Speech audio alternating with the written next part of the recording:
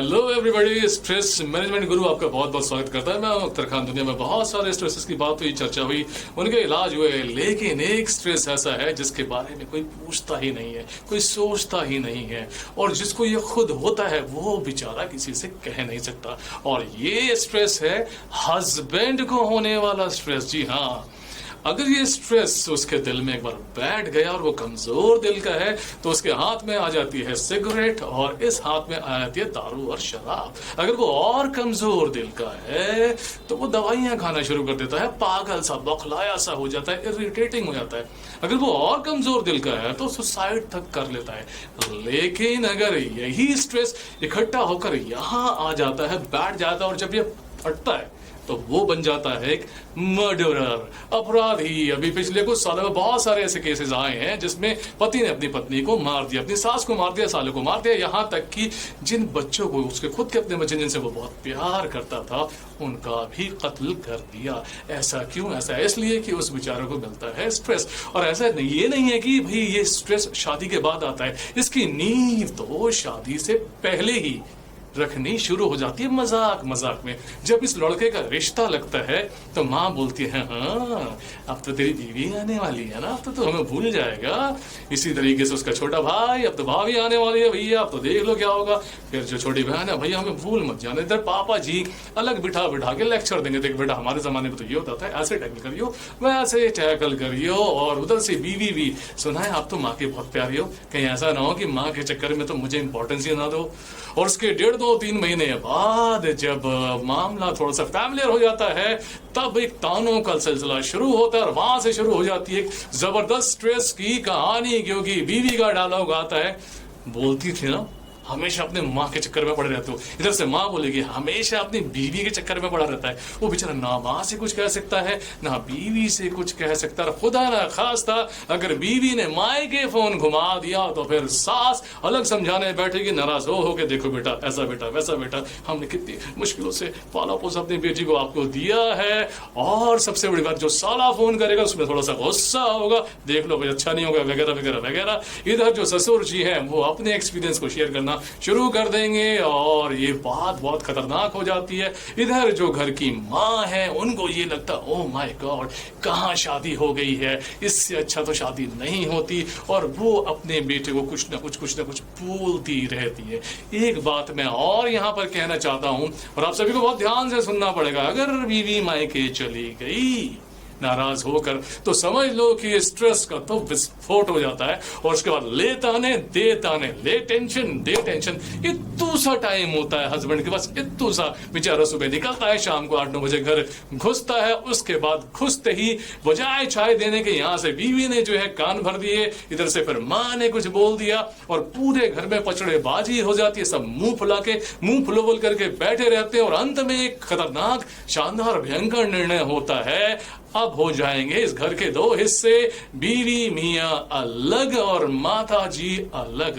Please ऐसा बिल्कुल ना करें, स्ट्रेस से बाहर निकालें। और याद रखिए यही एकमात्र ऐसा स्ट्रेस है जो उसको हो रहा है वो कुछ नहीं कर सकता, साथ देना है आप लोगों को।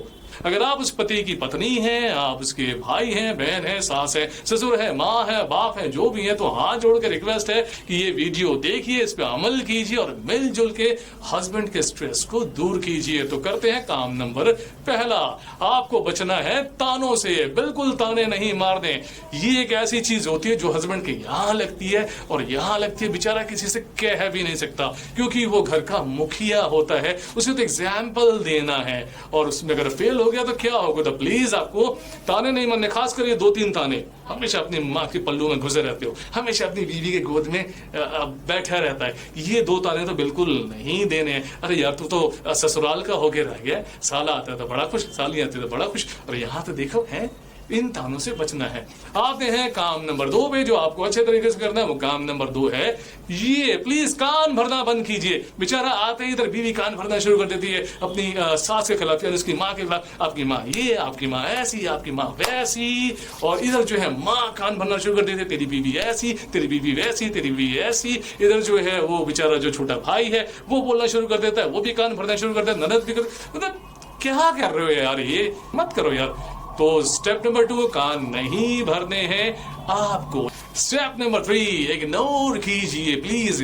सास बहू इग्नोर कीजिए, छोटी छोटी बात है जो आप खुद घर में संभाल सकते हैं, इग्नोर कीजिए। क्या हो गया, माँ ने कुछ बोल दिया तो सास ने कुछ बोल दिया, हटाओ यार, क्या हो गया, बहू ने 2-4 बातें बोल दी, बेचारी कहाँ दूसरे घर से आई है, तो उसको भी तो परेशानी होती है ना एडजस्ट करने में, तो प्लीज इग्नोर कीजिए। अगर आपको लगता है कोई सीरियस बात है, बहुत ध्यान सुनना, आपको लगता है कोई बहुत सीरियस बात है तो प्लीज एक सही मौका ढूंढिए जिस दिन आपके बेटे का मूड खुश है, यानी कि आपके पति का मूड खुश है, बस आप अपनी बात को कह सकते हैं। और अगला पॉइंट तो बहुत जबरदस्त है, प्लीज इसमें तो हाथ पैर मुंह सब जोड़ दूंगा यार, इमोशनल ब्लैकमेल करना बंद कीजिए। ये जो बीवी आंसू बहा बहा की जो शिकायतें करती है, इमोशनल कर देती है, पति का फिर गुस्सा यूं यूं हो जाता है, अपनी माँ से जाके लड़ता है। इसी तरीके से माँ भी इमोशनल ब्लैकमेल करना शुरू कर देती है, बचपन से तुझे पाला है मैंने, तुझे पोसा है, तुझ पर पैसे खर्च किए और तू आज बीवी आती अपनी माँ को भूल गया। ऐसा नहीं कीजिए प्लीज, आपको ऐसा करना नहीं है। ये इमोशनल ब्लैकमेल के चक्कर में बेचारा उसका दिमाग इमोशनल हो जाता है और हो जाता है फिर दिमाग में विस्फोट, और वो फिर ना तो माँ का होके रहता है ना फिर वो बीवी का। और चलते चलते अंत में जब तक हो सके घर से अलग ना हो बीवी के साथ। एक बात मैं सभी बीवियों को बताना चाहता हूं जो घर से अलग हो चुकी हैं, भले ही वो आपके लिए या आपके फायदे के लिए या शांति के लिए घर से अलग हो गया हो, लेकिन उसके दिल में कहीं ना कहीं, यानी पति के दिल में कहीं ना कहीं ये मलाल रहता है, काश वो अपने माँ बाप के साथ रह पाता, और ये मलाल कभी वो किसी से कह नहीं पाता। एक चीज पे और ध्यान देना है, वो जो जाते जाते मैं कहना चाहता हूँ यहाँ पे, कि प्लीज एक आप बायस मत बनिए, दोहरा मापदंड ना बनाएं। बीवी के मायके से जब कोई आता है तो बीवी बहुत खुश हो जाती है, तरह तरह के व्यंजन बनते हैं, मेरे मायके से कोई आया, मेरे मायके से कोई आया, और वहाँ पे सास जो है मुंह फुला के बैठ जाती है, नाक से उड़ के बैठ जाती है। और वहीं सास के घर से या सास के रिश्तेदार से कोई आ जाता है तो सास बहुत खुश होती है, वो ये डिमांड करती है ये बनाओ वो बनाओ, लेकिन वहाँ बीवी का मुंह सड़ जाता है और झेलना पड़ता है सिर्फ एक प्राणी को, और वो झेलता है हस्बैंड, और यहाँ आ जाता है स्ट्रेस। तो प्लीज हस्बैंड का हंस हंस के बैंड ना बजाए, रो रो के भी ना बजाए, कैसे भी बैंड ना बजाए। ध्यान रखें, आपको स्ट्रेस से करना है, दूर मत कीजिए अपने हस्बैंड को, मजबूर रखिए उसके साथ प्यार का सरूर, ना दिखाइए कोई गरूर। अगले एपिसोड में आपसे मिलेंगे जरूर एक और नए एपिसोड के साथ स्ट्रेस को गोली मारने के लिए। Bye bye.